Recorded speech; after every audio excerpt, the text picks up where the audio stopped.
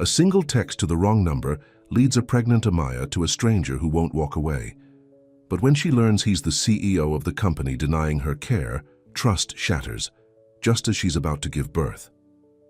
Before we get into the story, comment below where in the world you are watching from today. The morning sickness had finally subsided, but Amaya Blake's worries hadn't. At 7 months pregnant, her small apartment felt emptier than ever. The pale blue walls of what would become the nursery remained bare. No decorations, no crib, just a single rocking chair she'd found at a yard sale. "We'll make it work," she whispered, running her hands over her rounded belly. "Just you and me." At 29, Amaya had never imagined she'd be facing motherhood alone, but life had other plans. She still remembered the look on Derek's face when she'd told him the news, how his eyes had widened, how he'd mumbled something about needing air, how he'd walked out the door and never returned.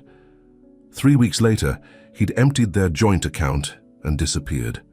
No calls, no texts, no explanations. "Good riddance," Amaya said aloud, her voice echoing in the empty apartment. But sometimes, in the quiet hours of the night, doubt crept in like a thief. Would she be enough for her daughter? Could she provide everything a child needed? The digital? Clock on her nightstand read 11:42 p.m. Another sleepless night.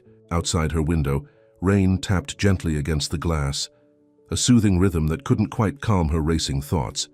Amaya reached for her phone, scrolling through her meager contact list. She'd moved 3 states away after Derek left, taking a job as an administrative assistant at a small tech company. The pay was decent, but the hours were long and she hadn't made many friends yet. Her thumb hovered over her cousin Melissa's name. They'd been close as children, but had drifted apart over the years. Still, Melissa had been the only one who'd called regularly since the move, checking in every Sunday without fail. Amaya set the phone down and walked to the full-length mirror in her bedroom. She lifted her oversized sweater, a soft grey one she'd splurged on last week, revealing her rounded belly. In the dim light, she looked different somehow. Stronger, maybe, or just more alone. On impulse, she picked up her phone again and snapped a photo. Her face wasn't visible, just her belly cradled in her hands wrapped in that soft grey sweater. She typed a message to Melissa. "I'm scared, but I'm trying to be strong for her." Her thumb hit send before she realized she hadn't checked the number. Exhaustion had made her careless. The message had gone to an unknown number, one she didn't recognize. "Great," Amaya muttered. "Just great." She was about to set the phone down when it buzzed with a reply. Her heart jumped to her throat. Who would respond at this hour? The message read, "You don't know me, but I think you're already stronger than you realize. Can I ask, would you ever let someone show up for you, even if it's a stranger?" Amaya stared at the words, reading them over and over. There was something about them, something honest and raw, that made her pause instead of immediately blocking the number. "I'm sorry," she typed back. "That message wasn't meant for you." The reply came quickly. "I figured, but my question still stands." Across the city, in a penthouse overlooking the skyline, Gideon Hart set his phone down on the glass coffee table and ran a hand through his dark hair. He hadn't meant to respond to the wrong number text. He wasn't even sure why he had. The photo had caught him off guard. A pregnant woman, alone, scared but trying to be brave. It had stirred something in him, memories he'd tried so hard to bury. Gideon walked to the floor-to-ceiling windows of his penthouse. The city lights glittered below like fallen stars. From up here, everything looked small, manageable. But he knew better. Life wasn't manageable. It was messy and unpredictable and sometimes unbearably painful. His phone buzzed again. He hesitated before picking it up. "No one just shows up without wanting something in return," the message read. Gideon found himself smiling, a rare expression these days. Whoever this woman was, she wasn't naive. "Fair point," he typed back. "But what if someone just recognized something in your message, something familiar?" In her apartment, Amaya sat on the edge of her bed, uncertain why she was continuing this conversation with a stranger. It wasn't like her to be so trusting, but something about the responses felt genuine, lacking the creepy vibe she might have expected. "And what would that be?" she asked. The sound of someone trying to be brave when they're terrified, came the reply. I know it well. Amaya's breath caught. The words hit too close to home, piercing the armor she'd carefully constructed around herself. Who are you? She typed. Just someone who's been alone too long, the stranger replied. My name is Gideon, and I promise I'm not a serial killer or a scammer, just a person who saw your message and couldn't ignore it. Amaya hesitated, her thumbs hovering over the screen. Common sense told her to end the conversation now, but something else, something deeper, made her type. I'm Amaya, and I'm having a girl in about 2 months. Her father decided fatherhood wasn't for him. She hit send before she could change her mind. Then, to her surprise, her phone rang. The same unknown number. Amaya stared at the screen, heart pounding. After 4 rings, she answered. Hello? Her voice was barely a whisper. I'm sorry, came a deep voice on the other end. I shouldn't have called, it's just sometimes texting feels too impersonal. But this is probably crossing a line. It is, Amaya agreed, but she didn't hang up. Why did you really respond to my text? There was a pause, then. My sister died in childbirth 3 years ago. She was alone when it happened. The baby, too. I wasn't there. I should have been, but I wasn't. The raw pain in his voice made Amaya's eyes sting with tears. I'm sorry, she said softly. It's just, when I saw your picture, saw your message about being scared but trying to be strong, it reminded me of her. And I thought maybe this time I could... He trailed off. Be there? Amaya finished for him. Yes, Gideon admitted. But I realize how strange this must seem. Amaya should have been frightened. She should have ended the call. Instead, she found herself asking, what was her name? Your sister. Emma? Gideon said, his voice softening. Her name was Emma. They talked for over an hour. Gideon never asked for personal details, where she lived, what she did, anything that might have seemed intrusive. Instead, he asked about her pregnancy, if she had support, if she was taking care of herself. Amaya found herself sharing more than she had with anyone since moving. How she'd left her old life behind, how she was starting over, how sometimes the silence in her apartment was so loud it kept her awake. I should let you sleep, Gideon finally said. It's late, and you need rest. Probably, Amaya agreed, surprised, to find herself reluctant to end the call. This was unexpected. Good unexpected or restraining order unexpected? There was a smile in his voice that made Amaya laugh, a real laugh for the first time in weeks. I haven't decided yet, she said, but I'm leaning toward good. After they hung up, Amaya lay in bed, staring at the ceiling. Common sense told her to block the number, to chalk this up as a strange but ultimately meaningless encounter. But something else, something that felt a lot like hope, made her save the contact in her phone. She named it Wrong Number. At his penthouse, Gideon stood at the windows again, phone still in hand. For the first time in years, the weight on his chest felt a little lighter. He saved her number too, simply as Amaya. He hadn't told her who he really was. Gideon Hart, tech billionaire, founder of Hart Medical Technologies, the man whose face had graced the cover of Forbes 3 times before he'd withdrawn from public view after Emma's death. He hadn't mentioned the hospitals he'd built in her memory, or the maternal care foundations he'd established, or the fact that he hadn't had a real conversation with anyone outside his immediate staff in months. For once, someone had talked to him without knowing what he could do for them, without knowing he could buy and sell companies with a phone call, without seeing him as anything other than a voice on the other end of a wrong number.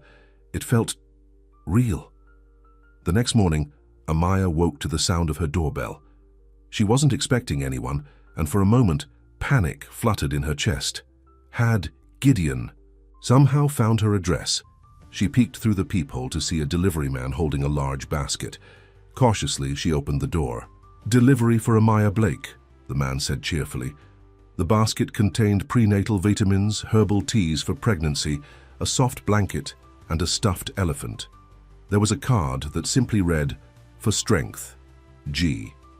No last name, no phone number. Just the initial. Amaya's phone buzzed with a text. Too much I realized after I sent it that it might seem creepy. I just wanted to do something helpful." She sat on her couch, running her fingers over the soft blanket. She should be freaked out. This crossed a line. "And yet, how did you know my last name and address?" she typed. The reply was immediate. "I didn't. I used a service that only requires a phone number. They find the delivery address. I never see it. If it makes you uncomfortable, I won't do it again." Amaya considered this. She should still be upset, but the thoughtfulness of the gift touched her. It had been so long since anyone had done something kind for her without being asked. "The blanket is nice," she texted back, "and I was running low on vitamins." That evening after work, Amaya's phone rang. Gideon again. This time she answered, on the second ring. "Is this going to become a habit?" she asked, trying to sound stern but failing. "Only if you want it to," Gideon replied.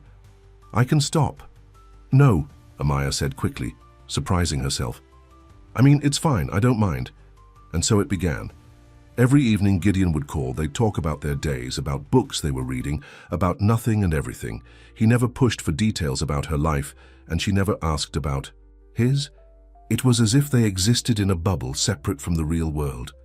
2 weeks passed this way. Amaya found herself looking forward to the calls, to hearing Gideon's deep voice, to the way he listened, really listened, to everything she said. One night, as they talked, Amaya felt a sharp pain in her abdomen. She gasped. "What's wrong?" Gideon asked immediately, concern evident in his voice. "Just a cramp," Amaya said, but her voice was tight with worry. "It's probably nothing. Have you called your doctor? It's almost midnight.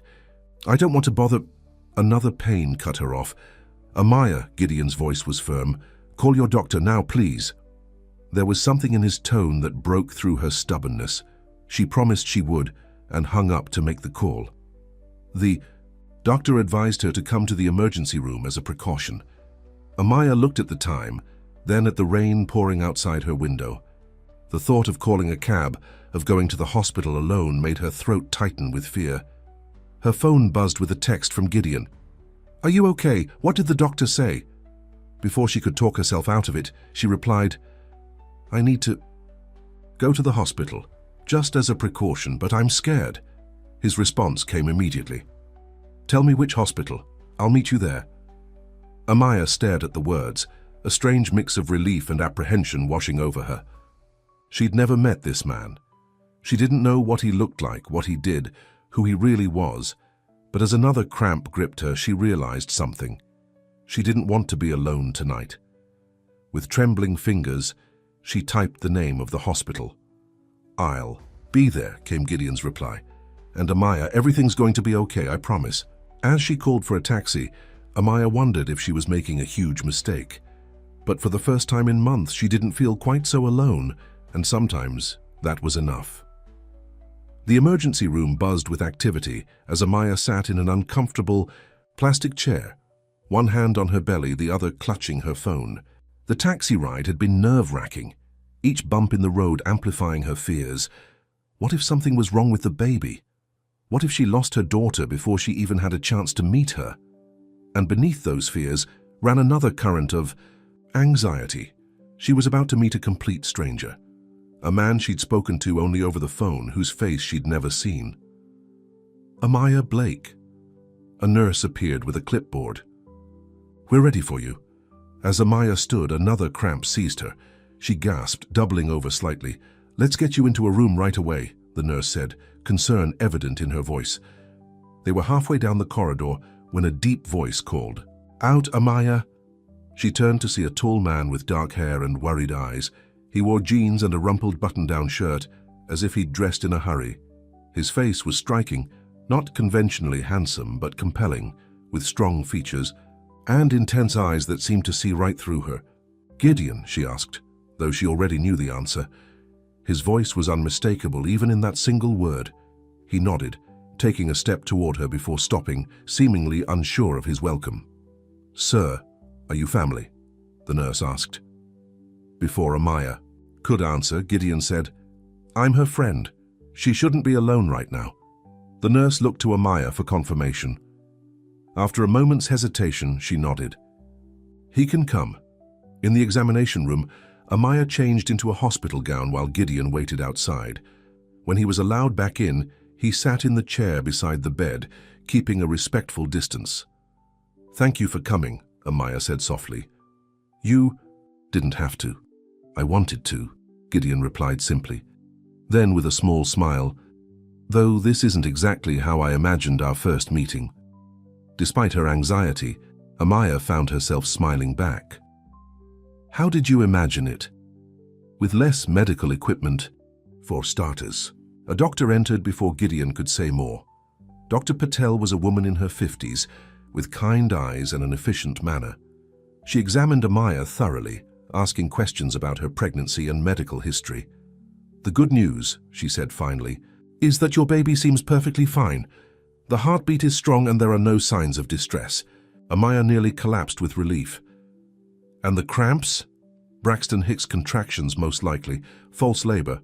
But given your history and the fact that you're alone, I'd like to keep you overnight for observation." Amaya's face fell. An overnight stay would be expensive, and her insurance situation was complicated. Her new job's benefits hadn't fully kicked in yet, and her application for additional maternity coverage had been denied due to some technical issue. "Is that really necessary?" she asked. Dr. Patel's expression softened. "It's just a precaution, but yes, I believe it is." Gideon, who had been silent during the examination, spoke up. "She won't be alone tonight. I'll stay with her." Dr. Patel looked between them, nodded and left to arrange the admission. "You don't have to stay," Amaya said once they were alone. "You've already done more than enough." Gideon leaned forward, his eyes serious. "What's really bothering you?" "Is it the cost?" Amaya looked away. She hated talking about money, hated the vulnerability of admitting she couldn't afford something. "My insurance is complicated right now." "Let me help," he said immediately. "No." Amaya's voice was firm. "I don't take charity." "It's not charity if it's from a friend. Is that what we are?" "Friends?" Amaya asked, truly curious. "We've known each other for 2 weeks, through a wrong number text."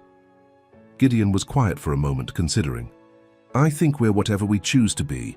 Labels don't matter much to me." There was something about his directness that Amaya found refreshing. No games, no hidden agenda, just honest words. "I'll stay tonight," she decided, "but I'll figure out the bill myself." Gideon nodded, respecting her decision. "Then I'll stay too, just to keep you company." The night passed slowly. Amaya drifted in and out of sleep, aware of Gideon's presence in the chair beside her bed. He declined the nurse's offer to bring a cot, insisting he was fine where he was. In the dim light of the hospital room, with machines beeping softly. In the background, they talked more openly than they had over the phone. "Tell me more about Emma," Amaya said during one quiet moment. "Your sister." Gideon's face softened at the mention of her name. "She was the best of us. Kind, smart, always. Laughing. She got pregnant unexpectedly, but she was so happy about it. Her boyfriend, Ban, wasn't. He left early in the pregnancy. The parallel to Amaya's situation hung in the air between them. I was supposed to be there when she went into labor," Gideon continued, his voice tight. "But I was stuck in meetings overseas. Important business that couldn't wait, or so I thought. By the time I got the message that something was wrong, it was too late." "What happened?" Amaya asked gently. "Complications. Preeclampsia that wasn't caught in time. She and the baby both died before I could get there." He looked down at his hands. "I keep thinking that if someone had been with her, if she hadn't been alone." Amaya reached out, touching his arm. "It wasn't your fault. My head knows that. My heart is still catching up." He looked at her directly. "That's why I couldn't ignore your text. It felt like a second chance somehow."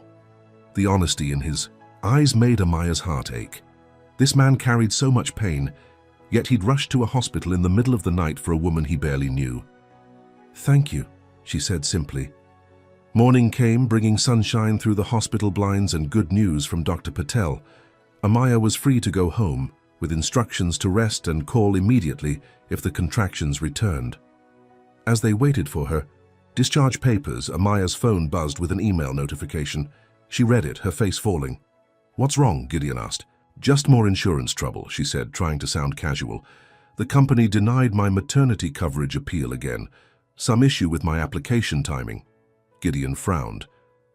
Which company? Heart Medical Technologies. Amaya sighed. It's a big healthcare startup that my company contracts with for insurance. I've been trying to get through to someone who can help for weeks, but it's all automated responses. Gideon's face went completely still. Something flashed in his eyes. Recognition, alarm, guilt, but was quickly masked. That's frustrating, he said carefully. Have you tried reaching out to their customer service directly? Amaya laughed, without humor. Multiple times. I get transferred around and eventually disconnected. It's like trying to talk to a wall. I might know someone who works there, Gideon said after a pause. I could make a call, see if they can look into it. You know someone at Heart? Amaya asked, surprised. That would be amazing, though I don't want to impose. It's no imposition, Gideon assured her. Let me see what I can do. Later, as they walked to Amaya's apartment building, Gideon had insisted on seeing her home safely. An awkward silence fell between them. They'd shared so much in the hospital, but now in the daylight reality was setting in. So, Amaya said as they reached her door. This is me, Gideon nodded, hands in his pockets. Nice building. It's not much, but it's home. She hesitated, then asked, would you like to come in? I could make coffee. The invitation surprised them both, but after spending the night together, albeit in a hospital room, it felt strange to simply say goodbye. I'd like that, Gideon said. Inside, Amaya's apartment was small but neat. The living room flowed into a tiny kitchen, with a short hallway leading to what Gideon assumed were the bedroom and bathroom. There were few decorations, as if she hadn't fully moved in yet. It's still a work in progress, Amaya explained, seeing him look around. I haven't had time to really make it homey. It's nice, Gideon said sincerely. Cozy. While Amaya made coffee, Gideon noticed a door slightly ajar. The nursery, he realized. Without thinking, he walked over and peered inside. The room was nearly empty, save for a rocking chair and a small bookshelf with a few children's books. No crib, no changing table, none of the usual baby furniture. I haven't had a chance to set it up properly, Amaya said from behind him, her voice defensive. I'm working on it. Gideon turned, seeing the coffee mugs in her hands and the vulnerability in her eyes. I wasn't judging, he said quickly. I was just curious.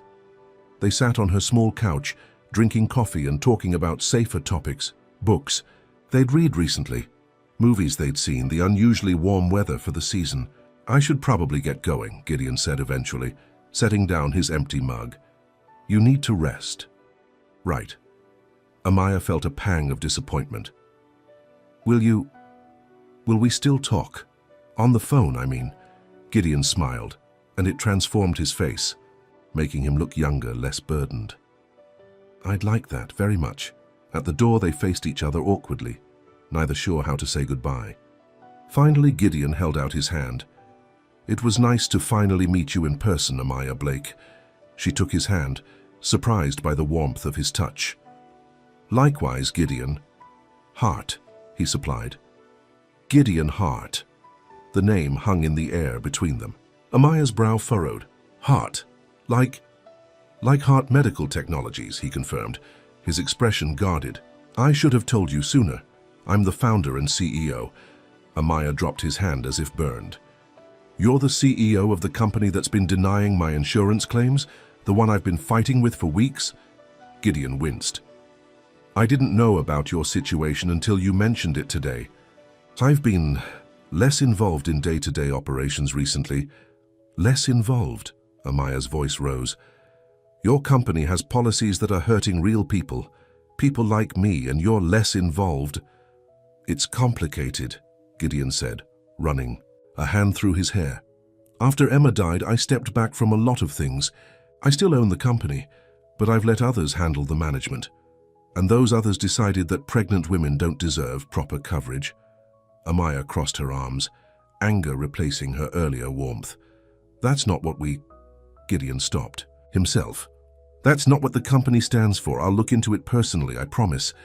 Why should I believe you? Amaya asked, hurt evident in her voice. You've been lying to me this whole time. I haven't lied, Gideon insisted. I just didn't tell you everything. A lie by omission is still a lie.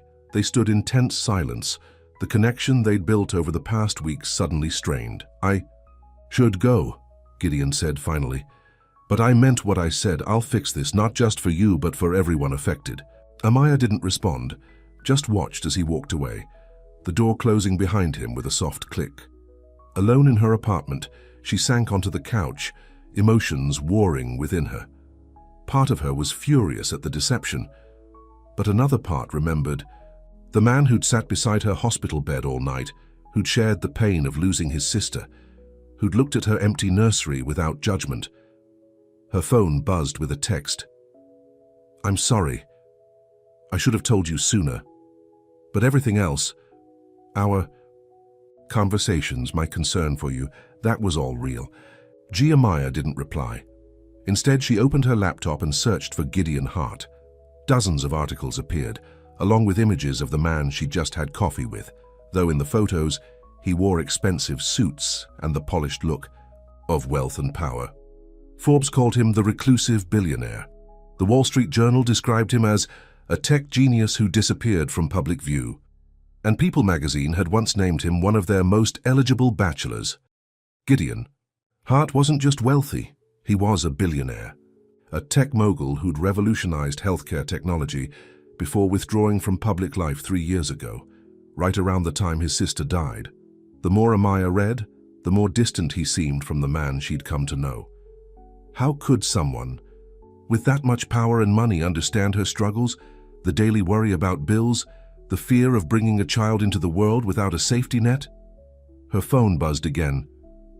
I'm not asking for forgiveness, just a chance to make things right. Amaya set the phone aside, too confused and hurt to respond. She needed time to think, to process everything she'd learned. As she moved to the nursery and sat in the rocking chair, hands cradling her belly, her daughter kicked, a strong, defiant movement that brought tears to Amaya's eyes. What do you think, little one? She whispered. Can we trust him? The baby kicked again as if in response. Amaya closed her eyes, remembering Gideon's words in the hospital, the pain in his voice when he spoke of Emma, the way he'd rushed to be by her side in the middle of the night. Billionaire or not, that concern had felt real, but now there was a wall between them, built of his omissions and her fears. Could it be breached? Did she even want it to be?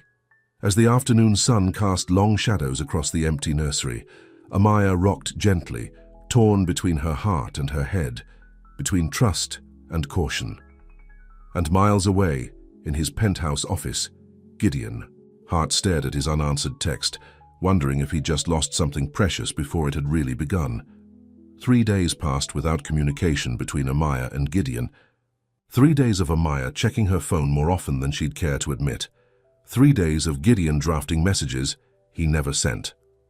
On the 4th morning, Amaya received an email from Hart Medical Technologies. Her insurance appeal had been reviewed and approved. Not only would her maternity care be fully covered, but the policy had been retroactively applied to cover her hospital stay. At the bottom of the email was a personal note. This was never about you specifically. It was about a system I let run without oversight. I'm sorry. Amaya stared at the message, conflicted. Part of her was relieved. The financial burden lifted from her shoulders was immense, but another part felt uncomfortable, as if she'd accepted special treatment. Her phone rang. It was her cousin Melissa calling for their weekly check-in. How are you feeling? Melissa asked after they'd exchanged greetings. Pregnant, Amaya replied with a small laugh. Very, very pregnant. Only 6 weeks to go. Have you finished setting up the nursery yet? Amaya sighed. Not exactly. I've been meaning to, but work has been busy and I'm always so tired. You can't keep putting it off, Amaya. Babies don't wait for convenient timing. I know. Amaya ran a hand over her belly. I'll get it done. After chatting a while longer, Melissa asked, So, anything new? Anyone new? Amaya hesitated. Sort of. It's complicated. Ooh, complicated how? Spill it. For the first time, Amaya shared the story of the wrong number text, the midnight hospital visit, and the revelation of Gideon's identity. "Wait," Melissa interrupted. "Gideon Hart, the billionaire. You've heard of him. Everyone's heard of him. He was all over the news a few years ago. Tech genius, healthcare revolutionary, and then he just disappeared from public view. And you're telling me you accidentally texted him a picture of your baby bump?" "That's the short version, yes." Melissa laughed. "Only you, Amaya. So what happened after you found out who he was?" Amaya explained about the insurance issue and how it had been resolved. "And you haven't talked to him since, even though he fixed your problem?" "That's the thing," Amaya said, frustration evident in her voice. "He only fixed it because it was me. What about all the other pregnant women dealing with the same issue? It's not right." There was a pause before Melissa responded. "Have you checked the news today?" "No. Why?" "Maybe you should." After hanging up, Amaya searched for Hart Medical Technologies online. The most recent news article published that morning announced a major policy overhaul at the company. Hart was implementing new, inclusive maternity coverage guidelines, effective immediately and retroactive for the past 6 months. The company was also establishing a patient advocacy department to address coverage disputes. The article quoted an internal memo from Gideon Hart himself. "We've lost sight of our founding mission to make healthcare accessible to all. That changes today." Amaya sat back, stunned. He hadn't just fixed her problem. He'd fixed the system. Her phone buzzed with a text from an unknown number. "Check your front door." Cautiously, Amaya went to the door and opened it. A delivery person was just walking away, having left a large box. Inside was a bassinet, simple but beautiful, made of natural wood with a soft mattress and organic cotton sheets. The card read, "Every baby deserves a safe place to sleep. No strings attached. GPS, new number. Old phone had an unfortunate accident involving coffee and gravity." Amaya ran her hand over the smooth wood of the bassinet. It wasn't extravagant or flashy, just practical, thoughtful, exactly what she needed. Before she could talk herself out of it, she texted the new number. "The bassinet is perfect, thank you." His reply came almost immediately. "You're welcome. How are you feeling?" "Better. I saw the news about Hart Medical's policy changes. It was overdue. I've been too disconnected from the company. That's changing now." Amaya hesitated, then typed, "Why did you disappear?" "After Emma died." There was a long pause before his response. "Grief, guilt, the usual suspects. I threw myself into building hospitals in her name, but I couldn't face the day-to-day operations of my own company. It was easier to hide behind philanthropy than to actually be present." His honesty disarmed her. "And now?" "Now I'm trying to be present. It's harder than I remembered." Amaya smiled at that. Most worthwhile things are. Over the next 2 weeks, they fell back into their routine of evening phone calls. But now there was a new openness between them. The weight of secrets lifted. Gideon never mentioned the bassinet again, never used it as leverage to see her. Instead, he respected her space, content with their calls and occasional texts. One evening, as they talked about books they'd loved as children, Amaya mentioned her empty nursery. "I keep putting it off," she admitted, "partly because I'm exhausted all the time, but also, I think I'm afraid." "Of what?" Gideon's voice was gentle. "Of making it real. As long as the room is empty, I can pretend I still have time to figure everything out. Would it help to have company? When you're ready to set it up, I mean." Amaya considered this. The idea of facing the empty room with someone else by her side was appealing. "Maybe. Yes. Just say when." The when came 3 days later on a Saturday morning. Amaya woke feeling surprisingly energetic and decided it was time. She texted Gideon, "Today's the day, nursery setup. If you're still offering," his response, "I'll be there in an hour, with breakfast." True to his word, Gideon arrived with bagels, fruit, and decaf coffee. He'd also brought tools, just in case. Amaya's living room now contained several boxes of baby items she'd ordered online but hadn't unpacked: a crib, a changing table, a small dresser. "I may have gone overboard with the online shopping," she said sheepishly. Gideon surveyed the boxes. I think we can handle this.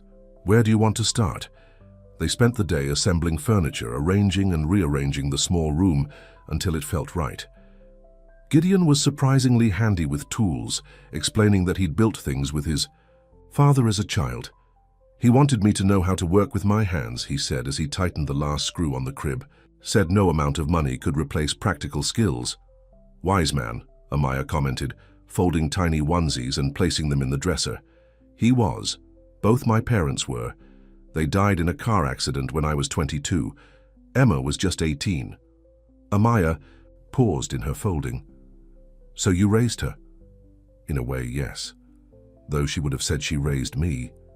His smile was sad but fond. She was always the more responsible one, even though she was younger. As the afternoon wore on, the nursery transformed. From an empty space to a room filled with promise.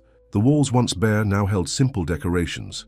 A mobile above the crib, a small bookshelf filled with children's books, a soft lamp that cast a warm glow. It's perfect, Amaya said, standing in the doorway with Gideon beside her, surveying. Their work, almost, Gideon replied. He reached into his pocket and pulled out a small package. One last thing. Inside was a delicate silver frame, holding a sonogram picture, Amaya's most recent ultrasound, which she'd mentioned during one of their calls. How did you get this? She asked, surprised. I called your doctor's office. Don't worry, he added, quickly seeing her expression.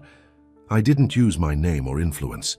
I just said I was a friend helping with the nursery and asked if they could email a copy. They checked with you first. Amaya remembered the call from the doctor's office, asking permission to send the ultrasound image to her friend. She'd agreed, without thinking much of it. Thank you, she said softly, placing the frame on the small table beside the rocking chair. It's the perfect finishing touch. They ordered pizza for dinner, eating it on Amaya's small balcony as the sun set. The day had brought a new ease to their relationship, the shared task creating a bond that transcended their complicated beginning. Pentier. I ask you something? Amaya said as they finished their meal. Anything.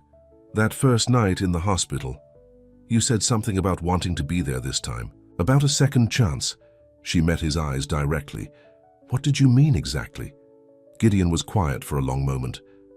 After Emma died, I couldn't forgive myself for not being there. I kept thinking that if I had been, things might have been different. She might still be alive. He looked out at the darkening sky. When I got your text, saw your picture, it felt like the universe was offering me a chance to not make the same mistake twice, to be there for someone who needed support. Is that all I am? A chance at redemption? No, Gideon said firmly. At first, maybe there was an element of that, but now... He trailed off, searching for the right words. Now you're Amaya, just Amaya. Someone I care about, not because of what happened in the past, but because of who you are. The sincerity in his voice made Amaya's heart beat faster. For the first time since Derek had left, she felt seen, truly, seen by someone. I care about you too, she admitted quietly, more than I expected to. Gideon reached across the small table, his hand finding hers. The touch was gentle, questioning. Amaya turned her palm up, intertwining their fingers in answer. They sat that way as night fell, holding hands in comfortable silence, the nursery behind them ready for new life, their hearts cautiously opening to new possibilities. The next few weeks passed in a blur of preparations and growing closeness. Gideon became a regular presence in Amaya's life, stopping by with groceries, helping with last-minute nursery adjustments, even accompanying her to a doctor's appointment when she asked him to. He never pushed for more, never made her feel indebted for his help. He was simply there. Present in a way Derek had never been, even before he left. At 8.5 months pregnant, Amaya waddled more than walked, her body preparing for the birth that was still weeks away. Or so she thought. It happened on a Tuesday evening. Gideon had just left after bringing dinner. He'd been teaching himself to cook, with mixed results that they'd laughed over together. Amaya was getting ready for bed when she felt it. A sharp pain followed by a gush of fluid. Her water had broken. Panic seized her. It was too early. She wasn't ready. She wasn't, and Gideon had just left. He was probably still on the road. She grabbed her phone, her hands shaking as she dialed his number. "Miss me already?" he answered, the smile evident in his voice. "Gideon," she gasped as another contraction hit. "My water broke. The baby's coming." "I'm turning around right now," he said, his tone instantly serious. "I'm 10 minutes away. Can you call an ambulance?" "I think so." The pain subsided momentarily. "But it's too early, Gideon. She's not supposed to come for another 3 weeks. Babies make their own schedules," he said, trying to keep his voice calm despite the fear she could hear underneath. "Call the ambulance, then stay on the line with me. I'll be there as soon as I can." Amaya called 911, explained the situation, and was told an ambulance was on its way. Then she called Gideon back. "They're coming," she told him, breathing heavily. "But I'm scared. What if something's wrong?" "Everything's going to be fine," Gideon assured her, though she could hear the tension in his voice. "Just focus on your breathing. Remember what Dr. Patel taught you." Amaya tried to control her breathing as another contraction seized her. They were coming faster now, more intense.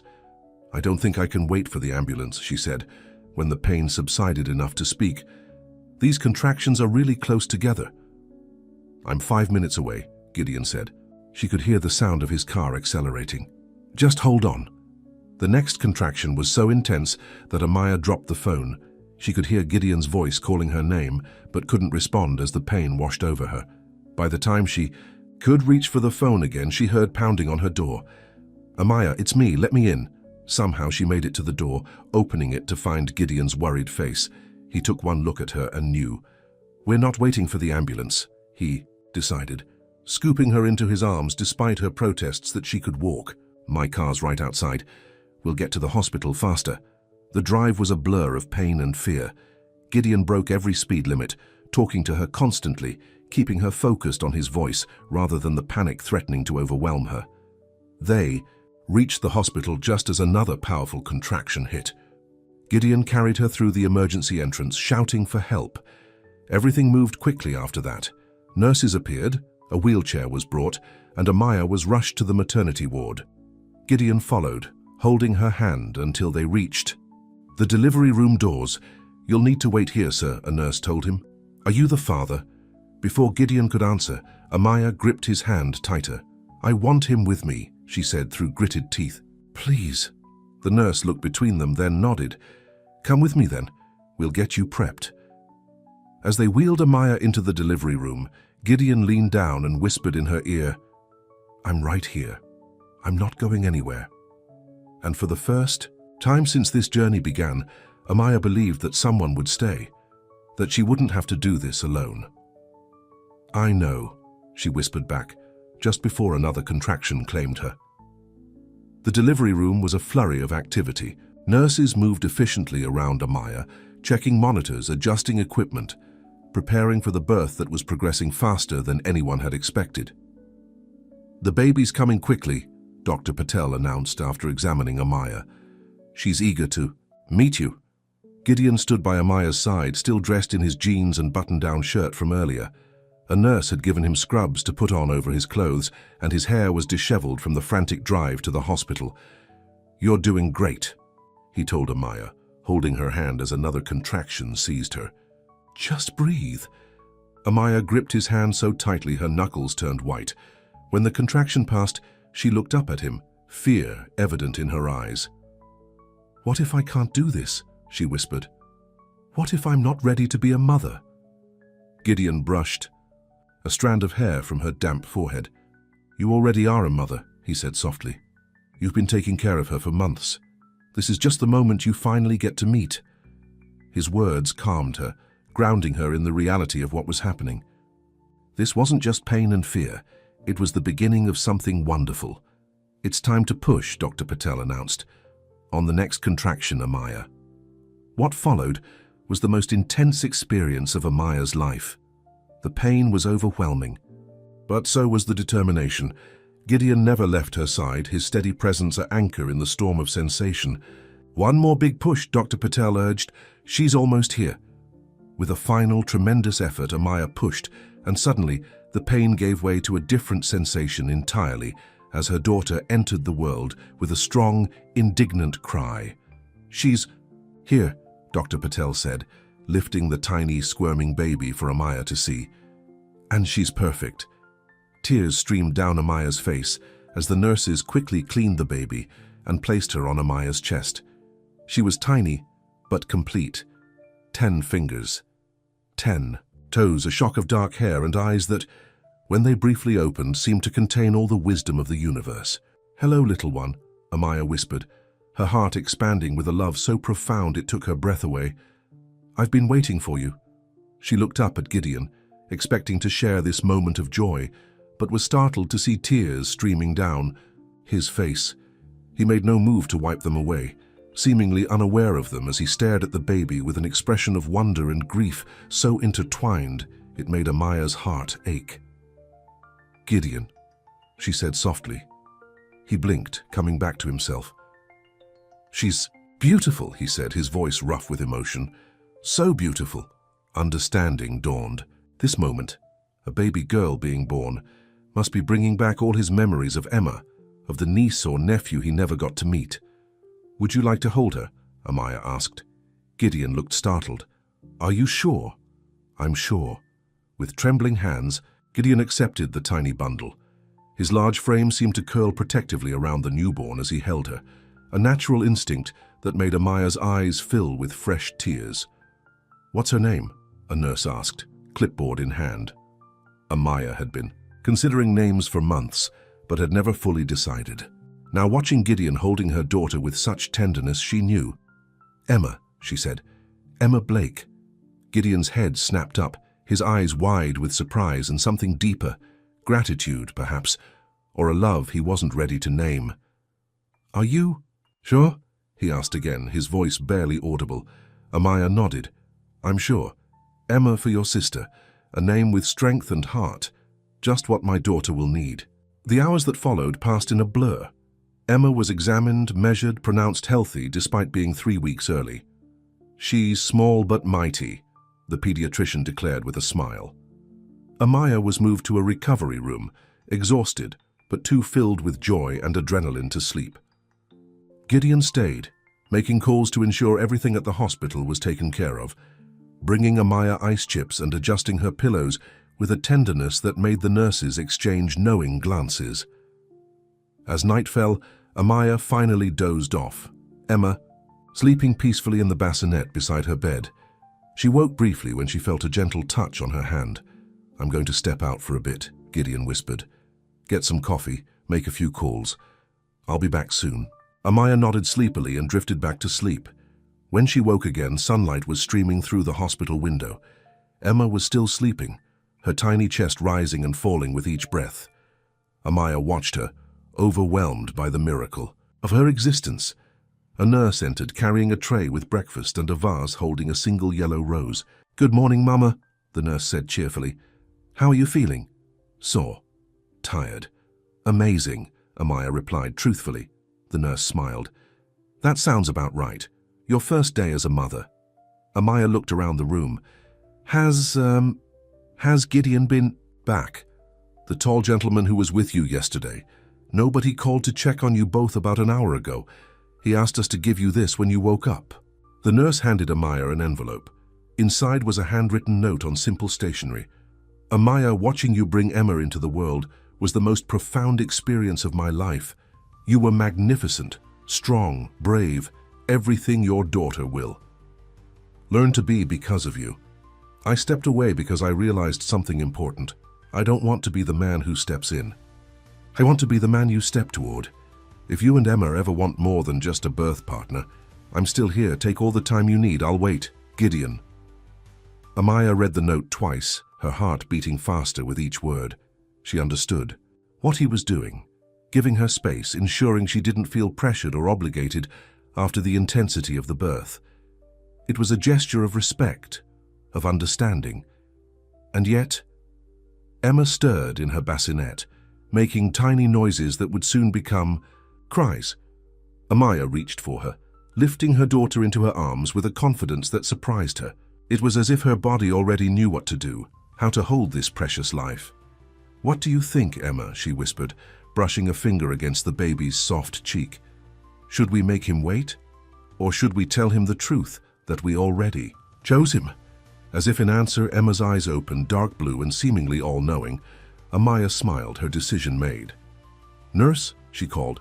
When the woman appeared in the doorway, Amaya asked, "Could I borrow your phone? Mine is still in my purse and I need to make a call." The nurse handed over her cell phone with a knowing smile. Amaya dialed Gideon's number from memory. He answered, on the first ring. "Hello?" "It's me," Amaya said. "Where are you?" "In the hospital cafeteria," Gideon replied, surprise evident in his voice. "I wanted to be close in case you needed anything." "I do need something," Amaya said. "I need you to come back to the room." "Now?" "Right now." 15 minutes later, though Amaya suspected he'd run the whole way, Gideon appeared in the doorway. He looked rumpled and tired, as if he hadn't slept all night. "Is everything okay?" he asked, concern etched on his face. Emma's perfect," Amaya assured him. "Come here." Gideon approached the bed cautiously. Amaya patted the edge, inviting him to sit. When he did, she handed him his note. "I got this," she said. "I meant every word," he replied, not meeting her eyes. "I know you did, and I appreciate the sentiment, giving me space, not pressuring me." Amaya reached out, her hand finding his. "But I don't need space, Gideon. And I don't need time." He looked up then, hope and caution warring in his eyes. "What do you need?" "You," Amaya said simply. "Not because you're wealthy or powerful, not because you've helped me or been there for me, though I'm grateful for all of that, but because, somewhere between that wrong number text and this hospital room, I fell in love with you." The words hung in the air between them, honest and unadorned. Amaya hadn't planned to say them, but once spoken, she knew they were true. Gideon's expression transformed, caution giving way to a joy so pure it made him look younger, unburdened. "I love you too," he said, his voice rough with emotion. "I think I have since that first phone call." He leaned forward, his forehead touching hers in a gesture of such tenderness that Amaya's eyes filled with tears.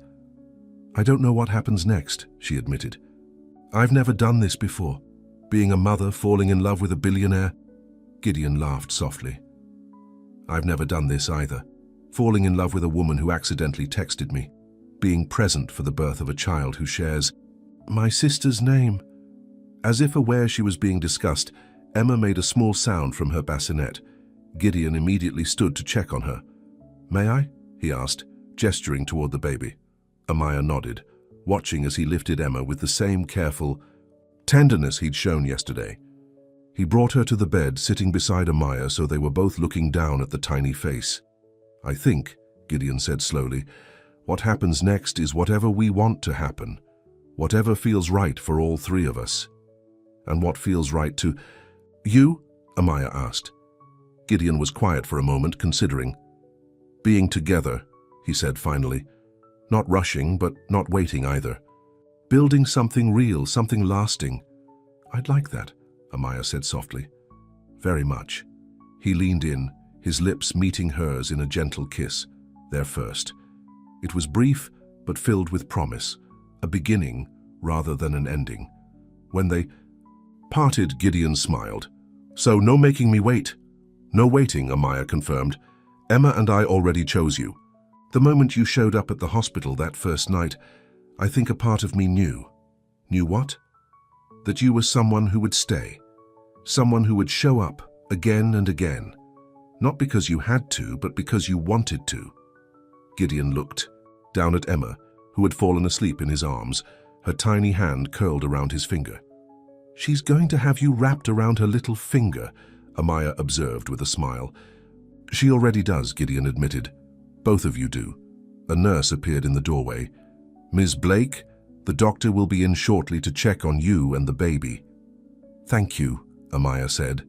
Then, hesitating only briefly, she added, "And could you update my contact information? In case of emergency, the person to call is Gideon Hart." The nurse smiled, making a note on her clipboard. "Relationship to patient?"